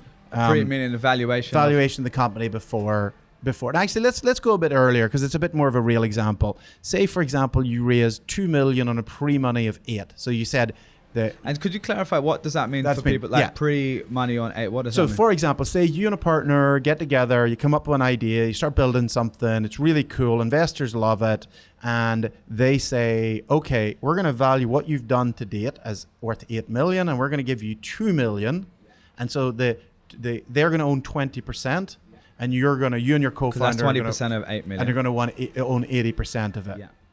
And so that's all great, right? And they're hoping that things go up and to the right. And their 20% their 20% to go as 20 million, or it goes up 10x. Yeah. Anything north of 10x is an amazing result for great result for the VC. So they're thinking, okay, I'm investing 2 on 8, it's worth 10. If it sells for 100, if it sells for 50 million, it's like a okay. If it sells for 100 million, it's good. And if it sells for anything bigger than that, it's really good. Most startups, most startups don't do that. And there's lots of estimates of the number of startups that are like 1 in 10. Is that like 100? Is that 10x kind of estimate? A lot of startups like to sell for less. And the investor perspective is, well, say this company, say they sell for like 5 million. So say you and your buddy get together, you build this company, you raise 2 million on a pre-money of 8. What if, 6 months down the line, like things aren't going that great and somebody offers you 5 million and you're like, well, I guess, so I own 80%. That's like $4 million. And you think maybe that's not such a bad deal, right? It's kind of a bad deal for the investor who's just put in 2 million, had no say in whether you could sell. And so what they do to protect that is they say, okay, at a minimum, I want my 2 million back. So that's the preference. Yeah. So I want a minimum. And that's very normal. And that's very normal. And the investors always talk about that scenario. And any entrepreneur goes, yeah, that's totally fair. I totally get that. That's fair. Like if I went to sell within like 3 to 6 months, I think it's fair that you would get your money back. However, that's generally what never happens. Yeah. Like I've never heard of the incident where someone like decides to take a down round within like 6 months because they personally make a lot of money. What typically does happen more is you raise quite a lot of money over time. You have this big preference stack and something bad happens to the company. And then, and this goes over like a number of years, and then suddenly you've raised 50 or 80 million, and the company that was worth 200 million, say your preference stack was 80 and you were worth 200, now is worth 80 million. So this company, it's actually still is valuable. It wasn't 200. Less than it was before. It was worth less than the money going in. Yeah. And their situation is you and your founders and all of your employees, who are all common, are all wiped out. You kind of like take the hit because it was raised at a higher amount. So then, well, the return to investors is going to be below the amount of money that went in. That is actually a fairly common experience that happens where people have to sell below what they call the preference stack. Okay. Preference stack. That's what it's called, preference stack. Okay, great. Yeah. And then essentially that means so when the money is divvied out after a sale or exit, then the preference shares all get the paid money first. goes to the investors, and then there's nothing left for founders and employees. And that's a very common thing. So but the lesson there is there anything people can do to avoid that happening in the first place? Well, the company to be successful. Yeah. Okay. Yeah. I think that's the thing, is to understand that, like there's like some people say is like, don't get overcapitalized because that increases your preference stack. Don't spend money that you shouldn't spend. Like these are not things that entrepreneurs need to be told, right? Yeah. And so they're usually the advice you can give is like, don't don't put yourselves in a, don't raise money you don't need, and don't spend money unwisely. They're not very useful advice. Or don't run into trouble. Because most startups, the majority of startups run into trouble at some point in their life. And so you need to do that. You want to try and avoid it.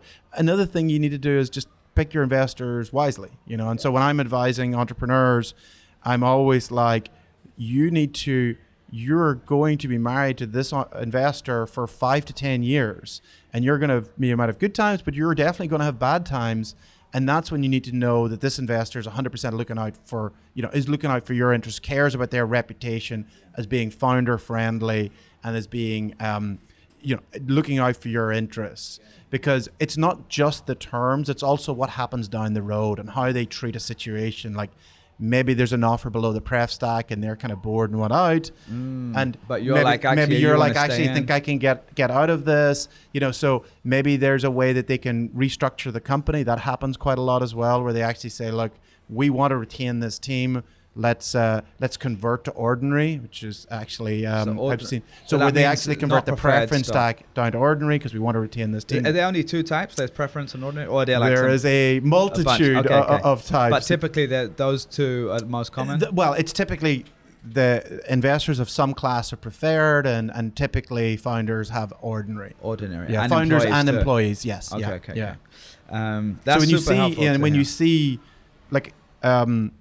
when you see companies that have raised a lot of money and they're going through a sort of a crisis period, the situation you are in there is that the founders and probably the employees have seen their equity potentially being wiped out. And that's why, you'll see a huge amount of attrition, even though the company could be still very valuable. It's from their perspective, it's like, well, there's no point sticking around. Because for them, there's no incentive. That's right. Yeah.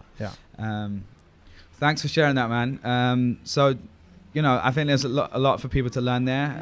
And, now bringing it forward to what you're working on with Flick, your new company, with all these learnings from the marketing to raising money, you're applying it to a new market and a new space. So tell me about Flick, because there are a few things you mentioned earlier. You talked about the $2 per user for the fantasy football on ESPN, and an under-monetized market, high engagement levels, love of an industry or product. And that, when we talk about podcasts, I know this intimately, of course, having a podcast, but also more than that, like I listen to so many podcasts. I love podcasts. Like literally changed the way I learn, changed the way I'm entertained. And for hundreds of millions of people, that's the same. So tell me about what you guys are doing at Flick and like how you kind of came up with that. Yeah, absolutely. So again, like with FanDuel, there's two things here. There's the market and there's the idea. So the market, actually fairly simple. Over half the US population listened to a podcast last year. So there's 150 million people last year listened to a podcast. 20% of the US listened to a podcast last week. So we're now talking about 60 million people who are engaged listening on a weekly basis. So you're like, wow, this is a pretty big media form, must make a lot of money. And actually the number there is about 500 million in advertising with podcasts. So you're like, okay, that's pretty big. And then you're like, but wait a second, that means it's about $8 per weekly listener. That's per annum. I'm making $8 per annum from these people who are listening for the whole year or something, and you listen to podcasts, you know how engaged you are. I actually know it's a really great marketing. Like I know we've spent millions of dollars on podcasts, and like radio, it is a great way of marketing. Why is it so under monetized? And so we looked at the market and said, this seems to be a great market to be in. Like fantasy sports was 10 years ago, this is it's exploding. It's a really growing market, but it's under monetized. This is a great market to be in. So that was part of it. The other part was we were intrigued about community. With FanDuel, like why was FanDuel successful? FanDuel was successful because we created a community of several million people who played this silly little game, right? Fantasy sports. And they played at a huge volume. Like, why did they do it, right? One of the big reasons they did it is because we helped them make friends of other people who did it. Like, being that one person who played, and like people played for tens or hundreds, or in some cases millions of dollars in fantasy sports per annum on FanDuel. Well, it was normal because all their friends were doing it, and all their friends were doing it because they were people they were connecting with on FanDuel. So community was absolutely front and center of what we built at FanDuel. And we had, and I looked at the tools, and we had chat, which was a nightmare to build and to moderate. We had forums, we had, community meetups.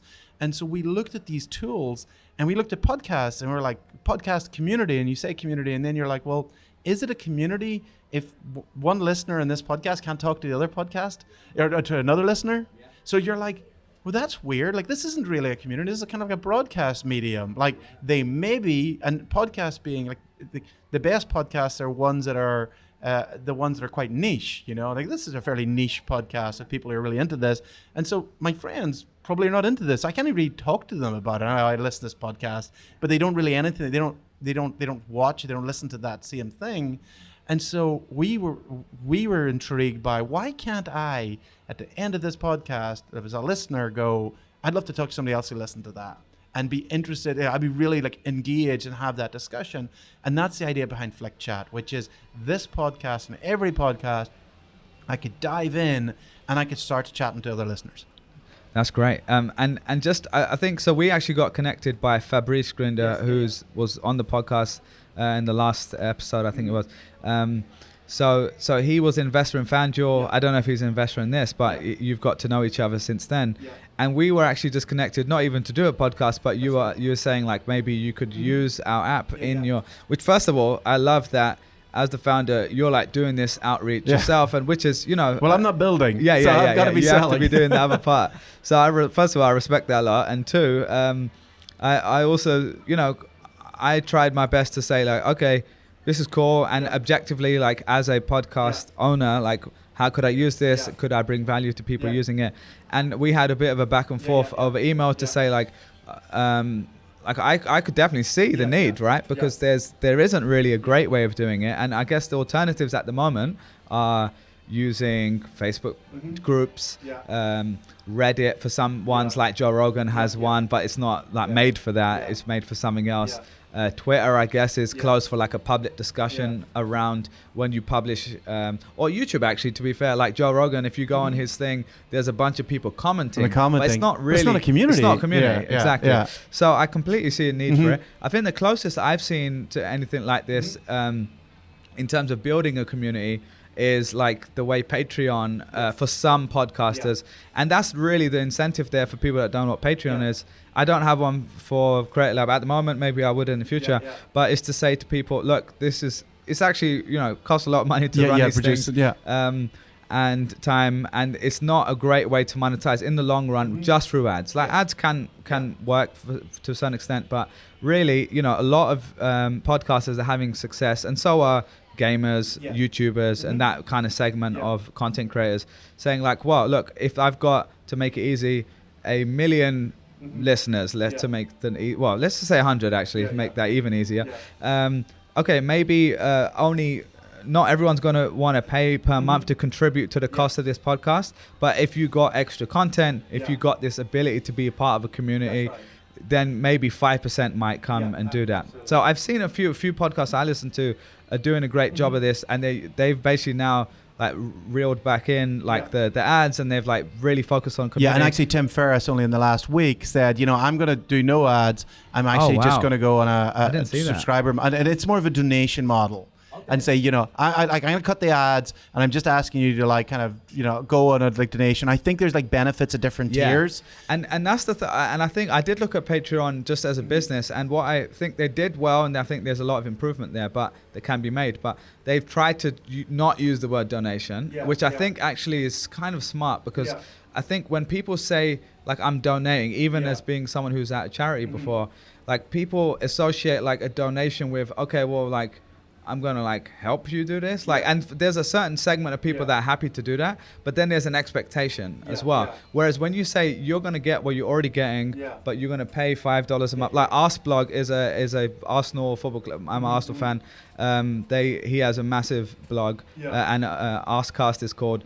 And he also has Patreon, so they have on Fridays or something, they have an extra episode, they'll have events. So that to me makes so much sense. And then the only reason I brought that up is because they use, I think, Discord to have private messages on there. Yeah, and so so if you were to ask what is the competition to Flick Chat, and there's a number of competitors, but none of which are designed for this market. So the first one is Facebook.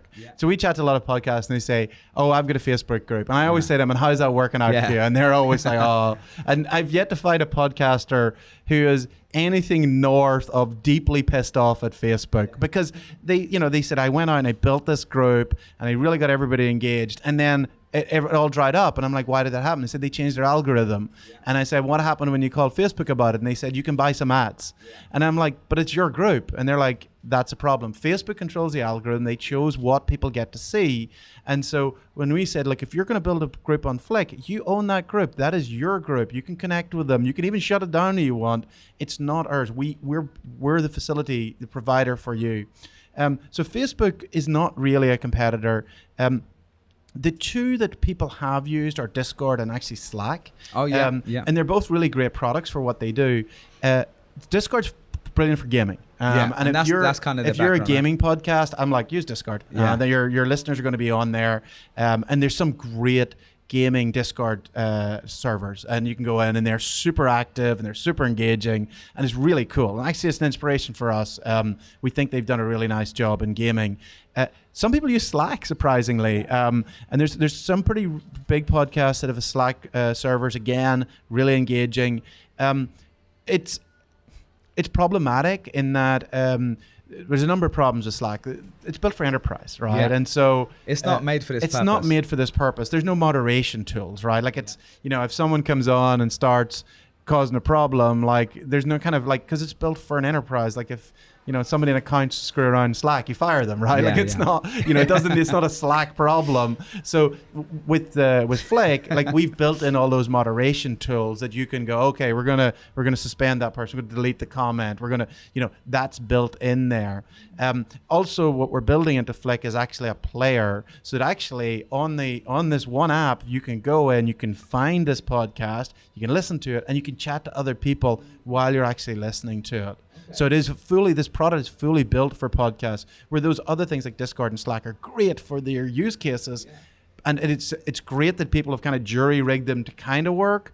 But what we think is if we're focused on this, on podcasts, that this is just a much better experience. You're going to create better experience specific to that. And I think going back to the conversation I had with Fabrice in the last episode, if you haven't heard that and you're listening to this, I'd urge you to listen, especially the second half where we talked about marketplaces. And there's a lot of parallels in that thinking, because if you think of, that the reason I asked, what else are other people using and why would they use yours? It's not to say that, why are you doing this? It's to say, oh, I'm trying to work out what are those levers you're pulling on.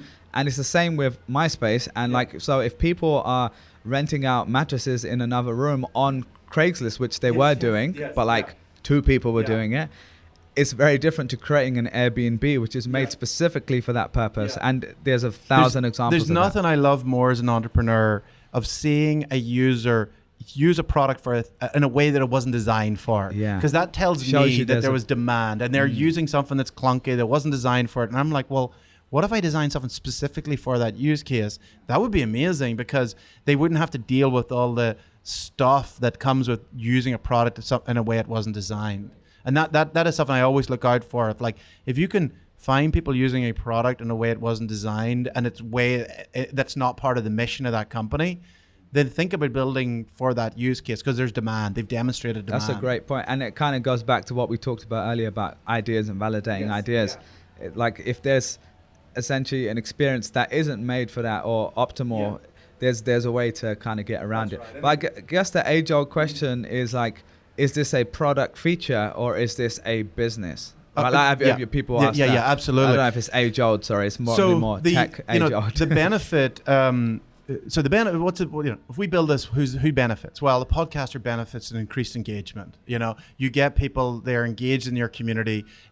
Engagement drives retention, but ultimately our vision is very much about driving monetization, because we want you as a podcaster to be able to create that that really engaged user base, and then to say to them, I actually don't think that podcasters go in premium, saying you can only, if you pay $5 a month, that's the only way you can get our podcast. Like Luminary is doing like that. Luminary is doing, because I think every podcaster wants to be relevant, right? They want to have millions of listeners. You want to be culturally relevant. They don't want to have a smaller number. And like, what's it going to be? Like I said, 5%, 2% of that. It's just not exciting. They want to be culturally relevant. There's a massive free content. But I do think that podcasts do need a direct revenue stream. I do think that podcasts need to be supported. It's expensive. The kit around here is expensive. It's a devotion of time and energy. You could be doing something else that's more productive. And so you have that. And then on the other side, you do have a devoted fan base, or a percentage of your base that is really devoted and who, for a number of reasons, would pay. I'm on Patreon. I actually think it's a really great product, and I pay for things because I'm like, for a number of reasons. One is partly it's altruism. Like, I think I want them to keep doing it, especially when it's this independent. When I feel the same. The money's going to that creator. Yeah. I'd absolutely see that. Part of it is community. I actually like being part of that community, and it's cool to be in it. Part of it's funny, it's like access, and I see that in gaming as well, which is if you're ever on Twitch and you donate or you subscribe to a streamer, and don't do it to Ninja. I don't think Ninja's going to give you a call out. But if you did some of the smaller streamers, they're like, hey, hi Nigel, thanks for the donation. And you're like, somebody on TV is talking to me. Like, it's amazing. That feeling. Is amazing. Actually. It is an amazing feeling. Like, it's a recognition. It's and then in some instances it's exclusive content. It doesn't always need to be some exclusive, but just if you give them community, you give them access, and you give them recognition. And on Twitch, that's really what drives a lot of the subscription and gifting, is those three elements, because it's not the exclusive, it's those three elements. Okay, and you mentioned monetization there. Yeah. So are you guys into? I was playing around with it, but so we're pre-revenue at the moment. Okay. So what their plan? But sorry, I meant for the podcaster, like for the pod. Say I join your platform and get everyone. That's what join. we're wanting to do. And so longer term, what we're doing is we want you to be able to build a community, and then say, actually, what I'm going to do on top, and for my super fans is I'm going to give you this special community. Maybe I do 1 hour a week, ask me anything. Maybe I'm going to drop in some exclusive content, and for that's a $5 a month tier. That's the idea. And that the podcaster could choose the price and stuff. They like can that. set the price. Okay. They can set what the content, what the level of engagement is. And I think that I think every podcaster is going to choose differently. Yeah. Some might say, actually, any access to community is premium. Or some might say, well, actually, the broader community is fine, but for these special channels, that's going to be premium. That's great. So you would be competing with Patreon in that way? I guess we would, but I think Patreon's a great company. And I think they cover lots of verticals as completely. Well. I think that, and our vision's slightly different. Like Patreon's, their view is, maybe I'm paraphrasing it, but like what I see them really good is sort of processing the payment and running a subscription. You have to go and kind of build your community on a different platform. We start from a view of like, we're going to help you build a community, and then we're going to help you monetize that community in a very kind of integrated fashion that you don't have to go, well, if you want to do what we're doing, you would say, okay, I'm going to need payments. So I'm going to need to go and build payments. I'm going to need a website. I'm going to need to go to get a Slack server. And, I'm going to need to kind of tag those all together. And then I'm going to need a player. So I'm going to need to make sure I'm publishing all the. And so what we're saying is you can do that all in one application where people can come in, they can find your podcast, they can subscribe to your podcast, they can listen to it, they can join the community, and they can subscribe to you and pay you $5 a month. And that's all in one experience. That's great. I love that. I love it, man. And I think the way you described it, but also hearing throughout this conversation how you've talked about, like, it comes back to like the customer experience. Yes. And if you're seeing like a suboptimal customer experience or user experience, like there's a way to make it better. And I think in the past, like when you start a startup, like you are you're trying to focus in on a vertical, like, and so by saying I'm going after specifically podcasters, but podcasting is big enough now for it to be a viable market. Absolutely. So that sounds great, man. So if people want to learn more about that, where can they go to do that? So I'm on Twitter, Nigel Eccles. If you go to flickapp.com, you can, and if you search for Flick Chat in the App Store, you can download it. we've got a big release coming up in about a couple of weeks' time, which will actually give a directory of all our groups.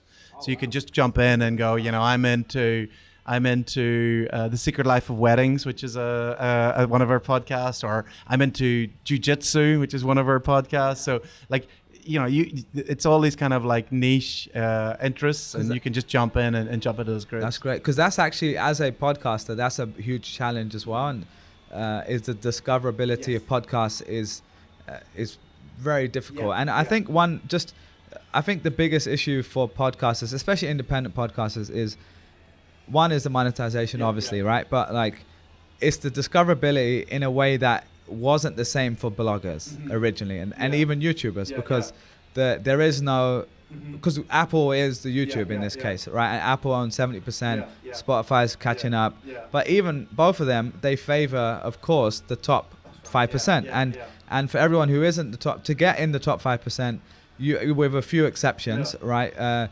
You're normally having to start from some base. Like Tim Ferriss, of course. Tim Ferriss is an incredible podcaster. And there are people that had a big audience of Tim Ferriss originally that didn't stick with it and didn't build what he built. So I'm not taking anything away from him. But he had a blog and an email list of millions of people already. So when you start and then you start trending straight away, and there's a certain base that then helps spread. When you start from zero, and there's no search engine, essentially. Like even now, if you type in the name of someone who's been on your podcast, it doesn't always show up. Like I've heard a really popular podcast called Brilliant Idiots that has Charlemagne the God from The Breakfast Club, a big radio show. If you typed in his name on iTunes, it doesn't show his own podcast. So it's just like, and Apple is not incentivized to do too much there from my perspective. I haven't seen them do that much. Yeah, discovery's been a huge issue, and it's one of the reasons why we're building out a directory, and we're ranking it by group activity. So if someone, like, because it's a player, it's going to have all 600,000 podcasts on it, but the ones we're going to put at the top are going to be the ones of the most active groups. Those are the ones who've kind of invested in building a community, and those are kind of the ones that are going to be the most fun. Like if they've got an active community around it, like for example, we've got a Game of Thrones group, which even though we're 2 weeks out of season, like it's like people are like, I'm going back to read the books, and they're asking like minutiae of the thing, and it's like a super active group. It's great. That one's going to be like, very top of our directory, because that's where new users coming in are going to be want to like podcasts of an active community. Yeah. Love this, man. Well, listen, we've been going for almost 2 hours. So I think we could probably be another 3 hours, and I'd love to do this again. Thanks for coming on, man. And just to wrap it all up, this is kind of one of the questions I ask at the end. It sounds a little bit philosophical, and I guess it is, but just your experience in the business world, but also, you've lived in different countries, you've experienced a lot of different stuff. So like after all of this experience, like I'm just curious to understand from your point of view, like what makes you most fulfilled, and I hate to use the word happiness because it's such a broad term, it means different things to different people. But the reason I asked that, it sounds like such a cheesy way to end. But for me, like I think that people who are listening to this, there's some people that are so motivated and like, I'm going to do whatever it takes, and which is great. And I'm like that in many ways too. But ultimately, the more I've met people that have had some success like yourself and others, this to me is like, I want to fast forward and say, okay, I don't know how old you are, but I'm 31, right? So I've lived less years than maybe you and maybe a bunch of other people that I've met. And like, I want to learn from the 10, 20, 30, 50 years that someone else has lived, essentially. So like, to me, like if I could understand that, that is worth the whole time I put into this podcast. So I'm just curious, like from your experience, both personal and business, like what is still kind of keeping you going, and what you think brings some meaning and value to it? It's a really good question. And I think it obviously varies hugely by person, what really motivates them. I think for me, the things that have given me the most satisfaction, fulfillment, is whenever we've built a really good team and we've set ourselves an objective and we've delivered on it. Like that, the sort of feeling of, achievement. That's probably been the biggest thing. And when you build a product that is loved by millions of users, that's like a real glow of that. You build a brand that's like recognized, widely, and people love it. So that, I think, but the biggest one is really around the team, of having like a really great team that you kind of worked with, and you got through all the challenges. It becomes your family. It becomes your family, absolutely. Like startups are hard, like hard at a level that a lot of people don't fully understand until you go through it. And so having spent time building a really good team, having gone through that journey, that's the best part, right? And I think that's what I always kind of crave, of kind of the excitement of doing something that's really challenging and taking on that big challenge and being successful at it. That's great. And just to go into that slightly deeper, like beyond the work, like how do you find that fits in with your personal life too? Because you said your wife is also an entrepreneur. She was a CMO of your old company. So she gets, the choices you're making are very different to 99% of the population. So like, how do you find, like, has your experience in this changed the way you think about like what's important in your day-to-day life, your kids, I'm just curious how that impacts it's like our family is super important to us. It's tough as an entrepreneur because there's no kind of off time, right? There's no like, hey, my brother's an airline pilot. He's got the most amazing job for someone who can't take his work home, right? He literally can't. He's literally done, and then he's home and he doesn't have to think about it. We've got the opposite. Like it's always on. You definitely have to kind of find ways of kind of getting away from it, but you're always thinking about it. And your wife's like that too? Yeah, she's, and one of the reasons we decided to do different companies, we really loved working together, and we absolutely would work together again. One of the reasons we decided was like, look, our conversation will be slightly more interesting if we have two companies. And so whereas before we would all be talking about the same thing. And I said, now we've got two companies, our conversations are kind of like this. I talk about my startup.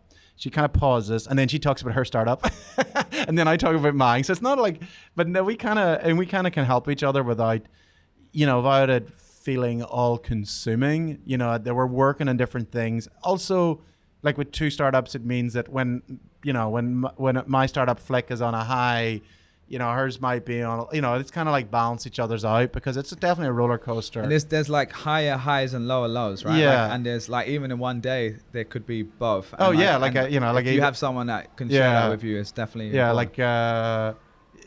It's like even in one day you can go, it's funny, like I saw somebody on Twitter saying that entrepreneurship is going from feeling you're conquering the world to feeling that you're a complete failure and nothing has changed, and it's true because, each small change, like if that uptick, you're pointing that uptick, if that keeps going like that, then it's, worth billions, but the downtick, if it keeps going like that direction, it's zero. And so each small change can magnify into being something big. And so it's the highs are very high, but the lows can be very, very low. Definitely, man. Well, listen, dude, this has been super enlightening and learned a lot from the conversation. So thanks for being on the show. You've done some really cool stuff. Good to meet another Brit in New York as well. And man. So people should go and check out what you're working on. If you're a podcaster, there are a few friends I know listen to us that have podcasts that should also go and check it out. If you are a fan of other people's podcasts, then please, which you hopefully are since you're listening to this right now, maybe send them a note and tell them that you'd love to join this community on Flick. So we want to support all the people that come on the show. And then just the last thing to wrap up, if you're listening to this, you can watch this visually on youtube.com/CreatorLabFM. You can also follow us on all social channels at CreatorLabFM as well. You can send me an email anytime. I love getting your emails, and it's Bilal@CreatorLab.fm. And if you have any comments, just feel free to send a note. And once again, thank you to our partners, Canal Street Market and Listing Party, for hosting us again. I was gone for about a month of travel. I was actually in the Middle East for a few weeks doing consulting, teaching gig, and in Europe. So the podcast is ramping back up. So make sure you're subscribed. Over the next few weeks, you'll be getting some really amazing conversations. And thanks for coming on, man. I appreciate you taking the time. Cheers. Thanks very much.